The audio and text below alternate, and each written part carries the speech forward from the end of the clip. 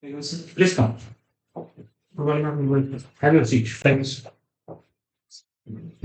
How are you doing? I'm very fine.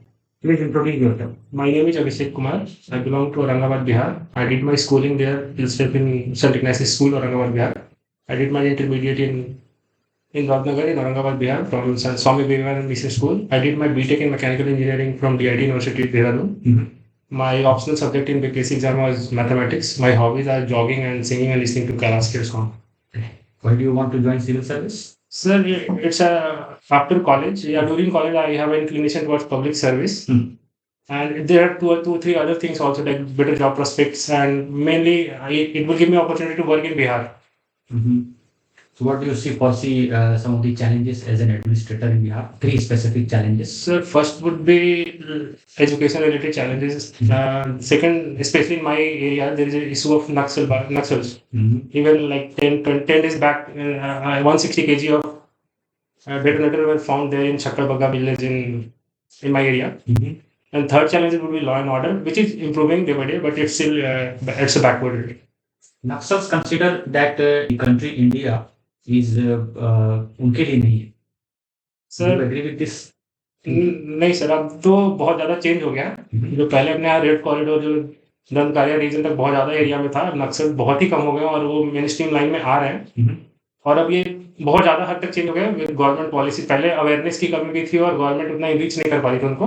अब government का रीचमेंट भी बढ़ गया उनके पास और बहुत सारी ऐसी गवर्नमेंट स्कीम तक पहुंच रही है शिक्षा के साथ। जैसे कि कुछ स्कीम्स ऐसी थी कि उन्हीं के एरिया के टीचर्स को उन्हीं के एरिया में उन्होंने स्कूल में वो किया, जिसके चक्कर में स्कूल का ब्लास्ट और बिल्डिंग बर्बाद करना वो सब बंद हुआ। तो लोगों में जानकारी बढ़ी, तो अब बहुत ज़्यादा हद तक चीज़ें बहुत ही उसमें काबू में। Are you aware about their ideology? Yes, sir. What is that? Sir, they believe to capture the power with the use of forces. Don't you think that a person who is in the clutch of absolute poverty, is a destitute, is forced to adopt the path of violence, as do the Naxals? That's why we see few people, but as government reaches to these people with livelihood diversification and other thing, there people are changing that path from Naxalism to now coming back to the streamlined society and contributing to the society. How many districts of Bihar are affected by these Naxals? Right now, I think 1-2 districts are only there. That too in the neighboring state of the Jharkhand bordering state only. Like my district Aurangabad is there, Gaya is there, and Nawada. These three are more to that. Are you aware about any specific policies being pursued by the Bihar government to contain the Naxals? Right now, I can't recall, but I know about the Indian government. There are Yeah, please go ahead. Operation Green Hunt, where there Mission Samadhan, where they were doing. There are a lot of rehabilitation policies, rehabilitation cum protection, where people where they're increasing the what we can say compassion of the police. Like police are distributing solar lamps and the blanket during the getting the goodwills. These all are the- Mao Zedong, have you heard? Yes, sir, Mao Zedong. कौन थे वो? क्या उनकी ideology थी? Sir माओ Zedong की ideology, जो Maoist ideology जो अभी फॉलो कर रहे हैं हमारे नक्सल्स, वो चाइना में उन्होंने वो स्टार्ट किया था अपना रिजीम 1960s 50s के अप्रॉक्स के टाइमलाइन में। उन्हीं की आइडियोलॉजी यहाँ पे फॉलो करती है, जिसके बाद सीपीआईएम और जो पार्टियां बनी थी उन्हीं की आइडियोलॉजी को यूज करते हैं। Maoists believe that the land reforms have not been pursued correctly. Do you agree with this argument? Sir, partly I agree with a lot of places it had been pursued rightly, but there are few places where it was not. Okay. In Bihar? Bihar, sir, it's a 50-50. Some happened, but due to at that point, the political dominance of upper caste and upper landhold were there, so they were creating hindrance. But it did not 55 totally, but there were 50-60% it happened. क्या क्या किया गया था under the reform of land? Sir उस time reform policy? भूदान movement चल रहा था बिहार में। 1954 में लैंड रिफॉर्म पॉलिसी भी लाई गई थी, 9th शेड्यूल में डालने की उसकी कोशिश भी की गई थी, और लैंड रिहेबिलिटेशन वगैरह कर रहे थे सर। और इसके अलावा कुछ और कंपोनेंट्स लैंड रिफॉर्म से? लैंड टेनेंसी एक्ट्स वगैरह आई थी। Here, are you aware? Sir, one was in 54, another I think 61, but I'm not sure. What schemes have been taken by the Bihar government to strengthen the initiative of land reforms? Sir, that I'm not aware. You talked about Schedule 9. किस article में mentioned है? Schedule 9 in article, sir, it's in constitution. Article is, it was the first, after first amendment it was there.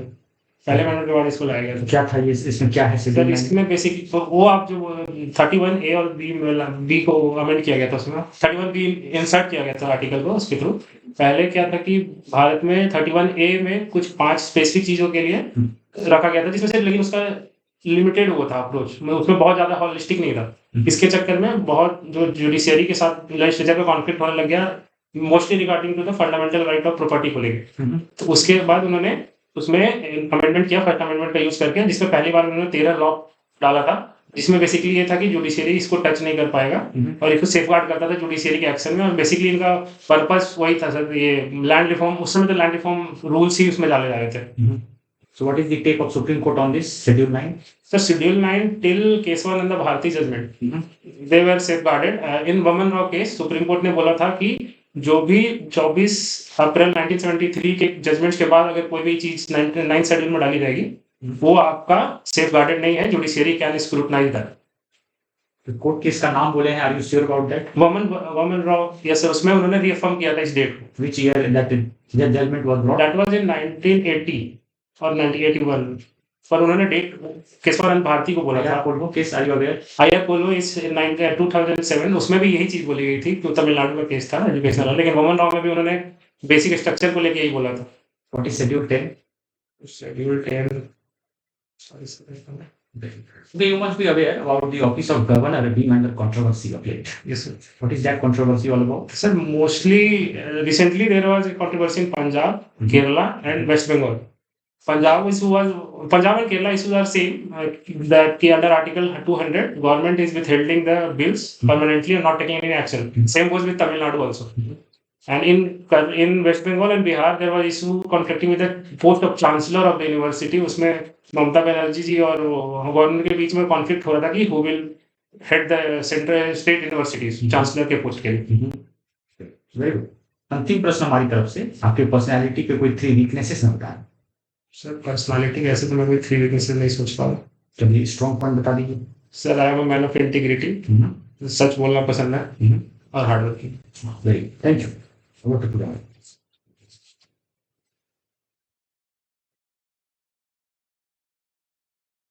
Kailash Kher को आप सुनते हैं? Yes ma'am. Okay, उनको पद्मश्री कब मिला था? इसके बारे में थोड़ा अभी अवेयर नहीं हूँ।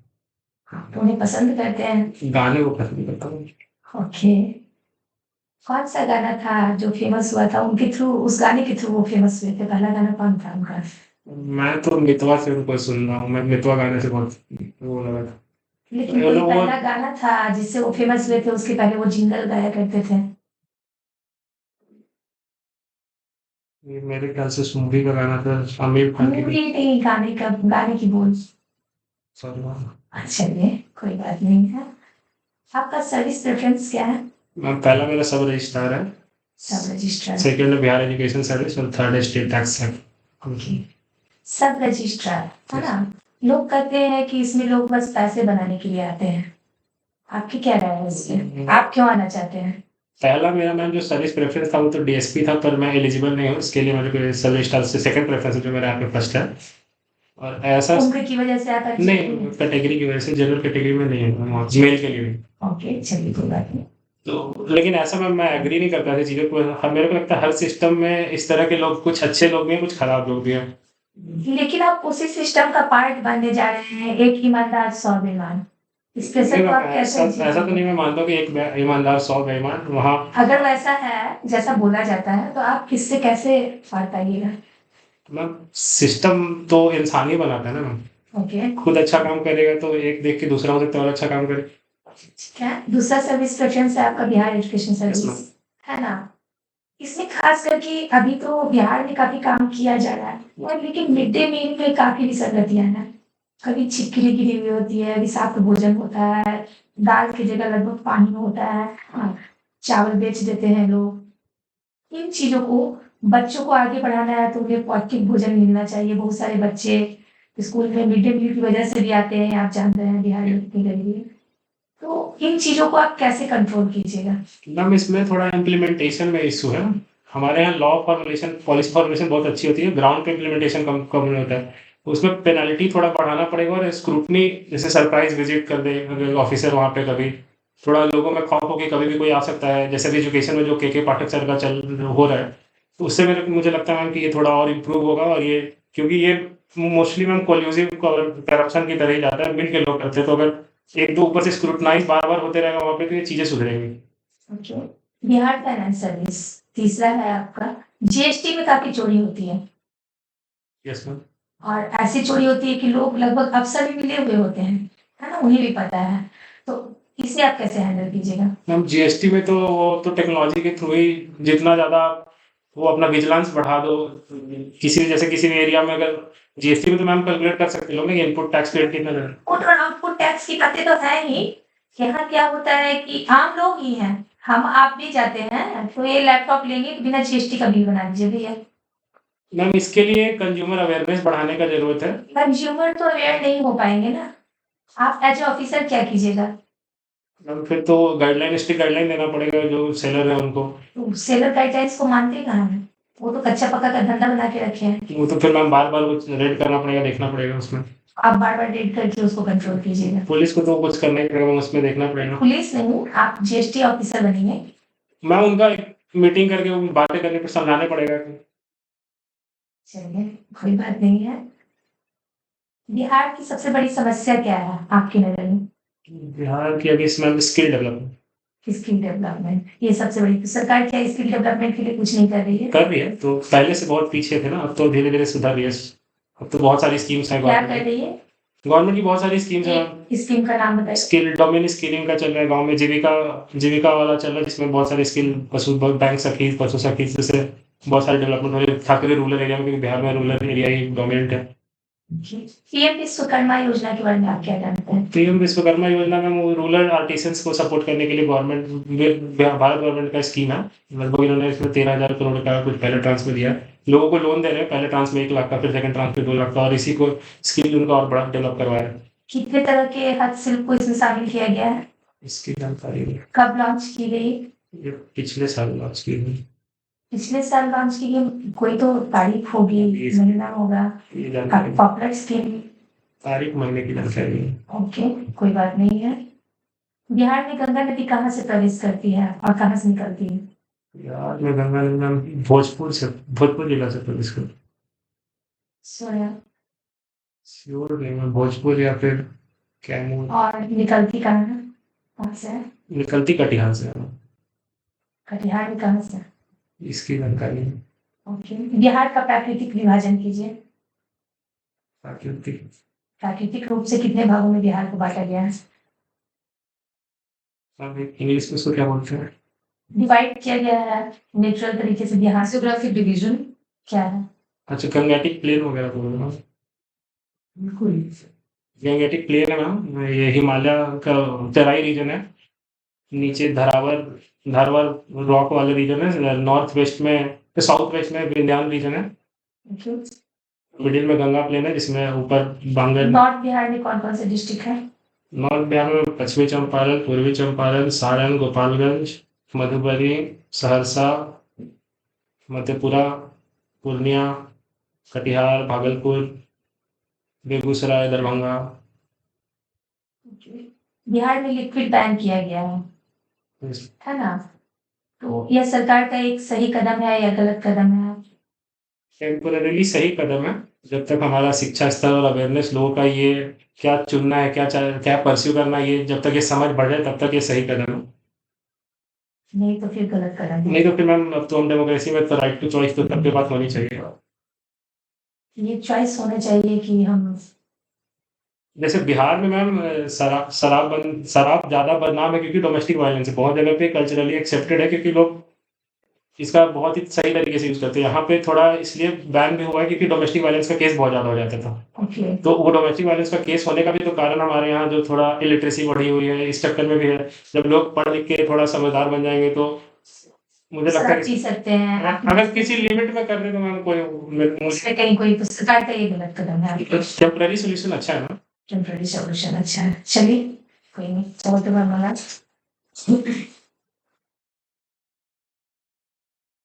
सात निश्चय 2 सुना होगा आपने, क्या है ये, जरा सातों निश्चय के बारे में हमें बता दीजिए। मैम ये बिहार गवर्नमेंट का स्कीम था, 2019 के बाद 2021 में लॉन्च किया था। इसमें पहला था युवाओं को लेके था, दूसरा था सशक्त महिला, सक्षम महिला, तीसरा है स्वच्छ गांव समृद्ध गांव, चौथा था स्वच्छ शहर विकसित शहर, पांचवा था सुलभ संपर्कता। हर महिलाएं कैसे सशक्त बनेंगी? बिहार सरकार इसके लिए क्या कर रही है? बिहार सरकार में सबसे पहले इन्होंने 50% आरक्षण दिया था पंचायती राज में। दूसरा इन्होंने अभी गवर्नमेंट जॉब्स में और स्कूल्स में इन्होंने 33 और 35% का रिजर्वेशन दिया इनको। अभी टीचर्स वाला जो रिक्रूटमेंट चल रहा है उसमें 50% का आरक्षण है इनके लिए। और अभी भारत सरकार का भी वो वुमेन रिजर्वेशन बिल आया जिसमें 33% रिजर्वेशन को एमएलए और एमपी में मिलेगा। अच्छा, लेबर 20 अभी हाल ही में संपन्न हुआ है, उसमें क्या क्या प्रमुख बातें हुई थी? बातें तो मैं रिकॉल नहीं कर पा रहा हूँ, बस ये पता है कि पटना में हुआ था। बस यही पता है, चलिए कोई बात नहीं। बीपीएससी में आपका रोल नंबर क्या है? 366722 इसको प्लस कर दे तो कितना आता है? 26।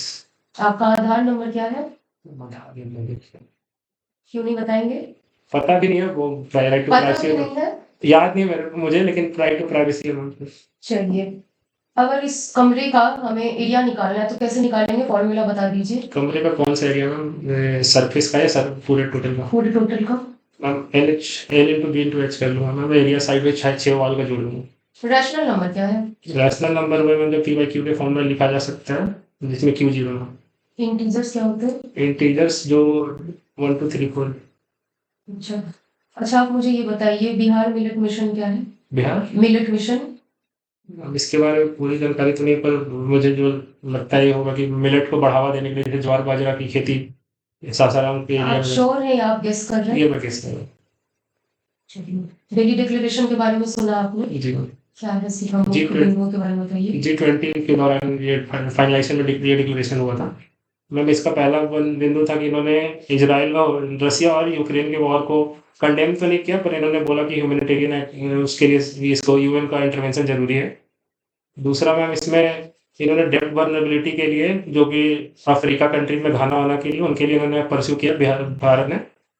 तीसरा मैम इसमें एक ये रिन्यूएबल एनर्जी के लिए भी इन्होंने फोर्स किया वो कि tripling the nuclear energy by 2030। अच्छा, आप मुझे ये बताइए, पटना के इतिहास के बारे में आप क्या जानते हैं? अभी आप ज्योग्राफी की बात कर रहे थे, पटना के इतिहास के बारे में हमें शॉर्ट में बताइए। पटना का सबसे पहले जो कैपिटल जो नाम रखा था वो उदयन ने रखा था। उसके बाद ये सर मगध का सबसे प्राइम राजधानी रहा बहुत समय तक। बाद में मुगलों के टाइम में भी इस यहाँ ट्रेडिंग सेंटर, और जो अंग्रेजों ने भी यहाँ पे ये हाँ अच्छा वो गोलघर वगैरह बनाया था फैमिली से लड़ने के लिए। कई सारे महाजनपद थे, 16 थे। मगध में ऐसी क्या खास बात थी जो यही उभर के सामने आया? मगर इसके 5-6 कारण हैं। पहला कारण है मैम कि यहाँ की भूमि बहुत उपजाऊ थी, तो यहाँ की फसल बहुत अच्छी होती थी। उस समय फसल कृषि सबसे ट्रेड का वो मेन था। दूसरा कारण था कि यहाँ के आसपास हाथियों का संख्या ज़्यादा था, जिससे कर माधव एम्पायर और नंदा एम्पायर खास करके फेमस था, उन्होंने इसलिए ज़्यादा अच्छा वो कब्जा किया था। तीसरा मैम था यहाँ पे कि आजू बाजू बाद में ये गोल्ड माइंस और ये आयरन माइंस और एक शिव कुमार जी, यस ठीक है, अच्छा है। आपका इंटरव्यू किस 12 क्वेश्चन 12 को है, ठीक है। आपका परफॉर्मेंस अच्छा है, you are a very potential candidate, your body language is good, questions were asked from several points, several topics questions were asked, solid base ठीक है आपका, कॉन्फिडेंस लेवल अच्छा है आपका, फेशियल एक्सप्रेशन अच्छा रहता है, कुछ एरिया है थोड़ा काम कर लीजिएगा। सबसे पहला तो ये मान लीजिए कि if a question is being asked कि क्या एज एन एडमिनिस्ट्रेटर आप फॉरसी करते हैं चैलेंजेस, तो नक्सल स्टम्प का यूज नहीं करना है। मोमेंट यू आप उस पर गए और क्रॉस क्वेश्चंस आए, ठीक है। बीपीएससी मेंबर्स भी जैसे ही आप ऐसे चैलेंजेस के बारे में बोलिए जो माइल्ड हो ताकि वो इजीली आपको उससे बाहर निकाल दें। Otherwise if you go into any issue which is major and highly sensitive in nature, तो बहुत सारी क्रॉस जैसे मेरा होम टाउन अगर वो पूछेंगे तो फिर तो they want ask you, they won't ask you, and even if they ask you go for mild answer like the policy है अच्छा चल रहा है, बेहतर इंप्लीमेंट कर देना है, ये माइल्ड है। नक्सल से आप जैसे ही करोगे आप उसमें ये भी जोड़ दिए लॉ एंड ऑर्डर की समस्या, तो ये जो है ना आप उस एरिया में एंटर कर गए जो कि बहुत सारे क्रॉस क्वेश्चंस बनेंगे, पहली चीज। दूसरी चीज है आप बैकफुट पे आ जाइएगा और जो इंटरव्यू का डायरेक्शन है वो नेगेटिविटी की ओर चला जाएगा। वो फॉर गुडी जो डायरेक्शन आपका है गुडी होना चाहिए ताकि आप रहें फ्रंट फुट पे, स्ट्रॉन्ग पोजीशन पे रहें। तो गो फॉर माइल्ड पॉइंट, क्योंकि वो ट्रैप था, आपको ट्रैप में एंटर नहीं करना है, पहली चीज। दूसरा ये कि ब्राइबरी, भ्रष्टाचार, करप्शन जब तक आपसे पूछा नहीं जाए ये टर्म का यूज मत कीजिएगा, क्योंकि corruption is a very emotive issue, ठीक है। इसीलिए अगर आप ये टर्म का यूज करते हैं तो बहुत सारे क्रॉस क्वेश्चन बन जाएंगे। सो बेटर कि आप इस टर्म का यूज ना करें, go for very mild points as we have discussed. आपकी जो वीकनेसेस हैं आप उसको देख लीजिएगा, हर किसी की पर्सनालिटी में कुछ वीकनेसेस होते हैं, आप चेक कर लीजिएगा क्या है। Go for mind aspect, like emotional हम हैं या बोल सकते हो, तो ये सब हर कोई इमोशनल होता है इस तरह से। यू कैन नॉट से कि आई कैन नॉट रिमेंबर, अभी मैं सोच नहीं पा रहा हूँ कि वीकनेसेस क्या है, तो पहले से आप उसको तैयार कर लीजिए, ये आपका रहना चाहिए। स्ट्रॉन्ग पॉइंट जब भी बोलिए अभिषेक कुमार जी, तो फेशियल एक्सप्रेशन और आपका स्पीकिंग दोनों मैच करना चाहिए। सपोज यू टेल कि you remain confident, you remain positive, आप में स्किल है, आप में ऐसा है कि यू कैन, जो सबऑर्डिनेट्स है उसको you can lead from the front, तो ये सब आपके फेशियल एक्सप्रेशन में भी दिखना चाहिए। और फेशियल एक्सप्रेशन में हम्बलनेस भी होनी चाहिए जब आप अपनी बड़ाई कर रहे हैं, तो इसका ध्यान रखिएगा। एक और चीज याद रखिएगा कि whenever you are speaking to honourable board members, be very formal, हमेशा फॉर्मल रहिएगा, maintain a distance with the board members, ठीक है, बिकॉज वो हार्डली फॉर आपका इंटरव्यू चलेगा हार्डली फॉर 10 to 15 मिनट्स, उससे ज्यादा शायद ना ही चले, ठीक है। तो बी वेरी फॉर्मल रहना है आपको। दूसरा ये है कि थोड़ा फैक्ट्स को आप थोड़ा सा ब्रश अप कर लीजिएगा, जैसे कि रिवर गंगा, इससे सवाल वो भी कल तक मैं इसी दर्पण शिक्षण के स्लिप पढ़ लेता है। हाँ, तो अगर आप मान लीजिए कोई और क्वेश्चन भी हो सकता है, तो आप श्योर नहीं है, तो अगर श्योर नहीं है यू सीक कि may I guess, I am not exactly sure, अगर आप ये बोल दीजिएगा कि मे आई गेस, तो आप एक तरह से इजी हो जाइएगा। अगर आप आंसर दे रहे हैं उस बीच में ऐसा लगा कि you are trying to guess without seeking permission, तो वहां पर एक रॉन्ग मैसेज चला जाता है। If you are not sure, आप आंसर नहीं कीजिए, हाफ श्योर है तो first seek their permission, may I guess, then go for that. जो एक क्वेश्चन आपसे पूछा गया था regarding ban on liquor, liquor ban, please understand again this is a very sensitive issue, this was a trap question. और यहाँ पर आपको बिहार सरकार को सपोर्ट करना है, जितनी जल्दी हो इस क्वेश्चन से बाहर निकलने का प्रयास कीजिएगा। बिहार सरकार को full support, the moment you से कि अभी फिलहाल के लिए सही कदम है, आगे जाकर मतलब बहुत सारा इससे क्वेश्चन निकल जाएगा, एंड देन यू अंडरस्टैंड बहुत दिक्कत हो जाएगा आपको इससे बाहर निकलने में। तो लिकर बैन, यस, क्यों ये है बेनिफिशियल वो आप सही बोले, तो इसमें उस हिसाब से मॉडल अपना एक आप माइंड में कर लीजिएगा। प्लीज अंडरस्टैंड इस तरह के क्वेश्चन कैंडिडेट से इसीलिए पूछे जाते हैं ताकि वो उसमें ट्रैप हो जाएं। तो यहाँ पर जैसे ही इस तरह का क्वेश्चन हो, हमेशा समझ जाइए डेंजर जोन में आपकी एंट्री हुई है, जल्दी से इससे निकलने का प्रयास करना है। सरकार का गुली गुली बोल दीजिए, क्या क्या समाधान दिया जा रहा है बोल के, हाईकोर्ट का भी एक पोजीशन दे दीजिए कि हाँ हाईकोर्ट भी अप्रिशिएट कर रही है, करके निकल जाना है आपको, इसमें डीप में नहीं जाना है। उसके अलावा जो बिहार का जो साफ निश्चय है उसको चेक कर लीजिएगा आप, G20 का जो समिट हुआ था उसके बारे में चेक कर लीजिएगा, वो आपसे पूछा जा सकता है। फिर जो G20 समिट में जो घोषणा हुई थी आपको दिल्ली डिक्लेरेशन में, ओनली गुडी पॉइंट्स दीजिएगा। आप अगर मान लीजिए ऐसा इश्यू पे चले जाइए जहां कॉन्फ्लिक्ट हुआ था, वो सारे इश्यूज को लाइएगा, again you might get trapped. तो गुडी चीजों के बारे में दीजिए ताकि डायरेक्शन आपका सेट हो जाए। और हिस्ट्री में कौन से ऐसे 3 इवेंट्स थे जो आप चेंज करना चाहते हैं, you can not afford to change any event because they have already occurred. You can say कि हम चेंज करना नहीं चाहते हैं, उससे विजडम हमें मिलता है, उससे हमें एक्सपीरियंस मिलता है, सो यू थिंक कि वो चेंज नहीं हो सकता है, इस तरह से आप बोल सकते हैं। ओवरऑल अभिषेक जी अच्छे कैंडिडेट हैं आप, थोड़ा सा ब्रशअप कर लीजिएगा चीजों को, जो सॉफ्ट स्किल्स है उस पर काम कीजिएगा, you will get very good marks. Abhishek ji आप एक अच्छे कैंडिडेट हैं, थोड़ा सीरियस रहते हैं, मुस्कुरा कर प्रश्नों का जवाब देना है, जितनी बातों को सर ने कहा है उसे फॉलो कीजिए, कुछ बेसिक चीजें आपको देखनी है उसे देख लीजिए। अगर आप कैलाश खेर को सुनते हैं, थोड़ा सा उनके बारे में एक बार विकिपीडिया पे चले जाइए, गूगल सर्च कर लीजिए, है ना। नॉलेज में कमी नहीं है आपकी, सारा कुछ आपको पता है। बिहार सरकार की कुछ प्रमुख योजनाएं हैं जैसे 7 निश्चय 2, ये सब काफी इंपॉर्टेंट योजना है। और कभी भी बुराई नहीं करनी है सरकार की, नक्सलवाद की चर्चा नहीं करनी है, आतंकवाद की चर्चा नहीं। आप सपोज कीजिए 2 ऐसे घर में जाते हैं, एक घर में शहनाई बज रही है, कॉमेडी सीरियल चल रहा है ना, और एक घर में कोई शो हो रहा है, बुराई हो रहा है, झगड़ा हो रहा है, बहस हो रहा है किसी बात को लेके। दोनों जगह पे आपका माइंड का क्या होता है स्थिति। तो बोर्ड मेंबर जब पॉजिटिव दिशा में रहेंगे आपको मार्क्स अच्छे देंगे, नेगेटिव दिशा में रहेंगे मार्क्स अच्छे नहीं मिलेंगे, और कभी भी सरकार की बुराई नहीं करेंगे।